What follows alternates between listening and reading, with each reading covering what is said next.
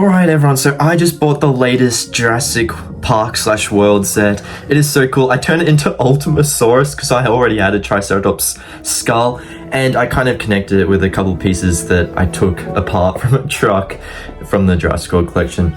But yeah, this thing is so cool and so massive. You can see even compared to the previous direct-to-consumer set, it is way bigger than that T-Rex. Obviously it came with gates, so kind of has to be, but it matches up in size to the super colossal T-Rex. But anyway, we're gonna talk about the review. So the box, well, it's because the last time the direct consumer set came out, right, it had been like 6 years, I think. So that was obviously the T-Rex, the big T-Rex with the Jurassic Park gate set, and now this is just a skeleton alone.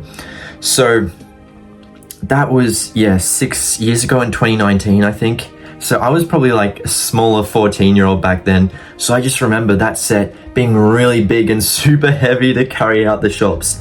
But then when I get to the Lego store with this one, because I'm like 20, turning 21 now, it's like, oh, okay, I kind of expected it to be bigger. And I compared the boxes because I have them in my closet. I looked at them and it does kind of seem the T-Rex with the gate set was bigger. So maybe it was more heavy. And I think this set had more little pieces in it for like the rib cages and the spikes on the back and stuff, whereas the other set was more solid pieces. So it makes sense it was bigger. But yes, this skeleton did actually have more pieces. And you can see here the frog kind of controls it. It's cool they have a frog in almost every Jurassic Park set. But this time it was more like it's actually controlling the dinosaur because it's got a steering wheel and it sits on its own cute little chair. It's so awesome. But I think maybe we'll learn more about the frogs in Jurassic World Rebirth. That'll be cool to see, because I feel like Rebirth is really a, you know, back to roots sort of thing. I feel like you could just watch Jurassic Park 1, 2, and 3 and skip the World trilogy and just go straight to Rebirth. You know, this is basically our Jurassic Park 4. I feel they wanted to call it Jurassic Park, but just because, you know, Jurassic World is the billion-dollar franchise, basically. They just want to keep that name to not confuse people. And it makes sense because literally in this title, I'm deciding to call it Lego Jurassic World Rebirth. And in a way it's right because I think it's meant to be the Rexy skeleton.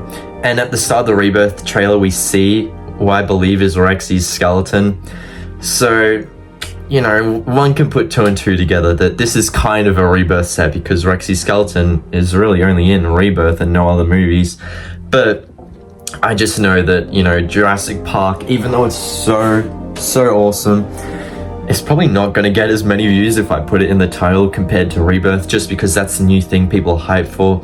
Like, you know, say, I know people are probably hyped for Chaos Theory, but if you think about it, Chaos Theory Season 3, I think, is only close to reaching 1 million views, whereas the Rebirth trailer, that's at like 37 million views. So I'm just saying, the movies, they're what put people in cinemas originally, you know, and they've obviously got the way higher budget. You know, it's real people in live action going up against animated dinosaurs, and I guess your animatronic Aquilops in this movie, because that's really the only animatronic, and that's kind of fine with me, because in Dominion, those animatronics were a bit iffy, I guess. Like the Dilophosaurus one, it's just like, okay, so maybe it's best, you know, they kind of just focus on CGI, even though the animatronics in the original Jurassic Park were awesome. But yeah, I'm really hoping Rebirth is just a back to roots sort of thing, and we can just have a lot of fun with that movie, compared to, you know, the stain the latest World ones put on everyone's tongue. I really hope Rebirth is just a good movie, or at least just fun in general, something people can enjoy. But yeah, I'm really liking this new T-Rex skeleton. I'm hoping you guys are enjoying the build process along with me. Obviously, I wanted to show it all first as like the hook for the video, because I feel if I just started off building it, you know, a lot of people are going to drop off. But yeah, basically by the end of the video, you'll just see the complete result once it's finished. And I just think it looks amazing, especially now that it's my biggest Lego dinosaur. And it's cool, it reminds me of like those colossal skeletons you would just see in movies, like Ice Age 3 when they're crossing the skeleton bridge, and it's way bigger than any dinosaur. The Monsterverse, I think when Kong is walking across this massive skeleton, and it's like, what the heck? Kong's a kaiju, but he's like this big compared to a skeleton this big, you know?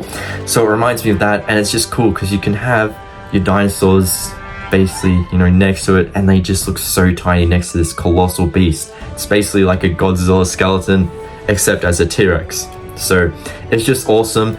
And I was a little bit iffy on it at first because I did say, guys, this is going to be like my 13th Lego T-Rex or something. And that's not even including Mattel, right? I have a ton of Mattel minis, captives, T-Rexes. I was like, guys, I already have so many Rexes alone as well. Like, you know, I'm definitely obviously going to get the Rebirth Lego Rex, right? And then anything else is welcome, like Little Edie, Big Edie. I've got those ones as Lego. I've got a green T-Rex, so that was cool. Can basically call it Buck.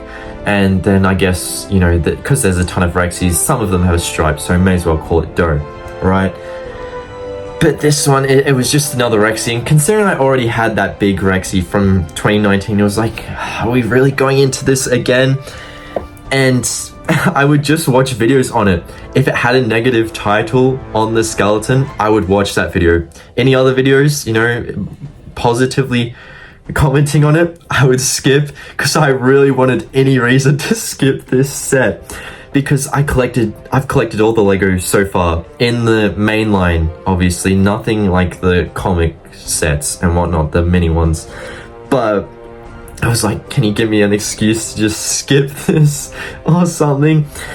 But it is obviously cool, don't get me wrong, but it was like, I have so many Rexies.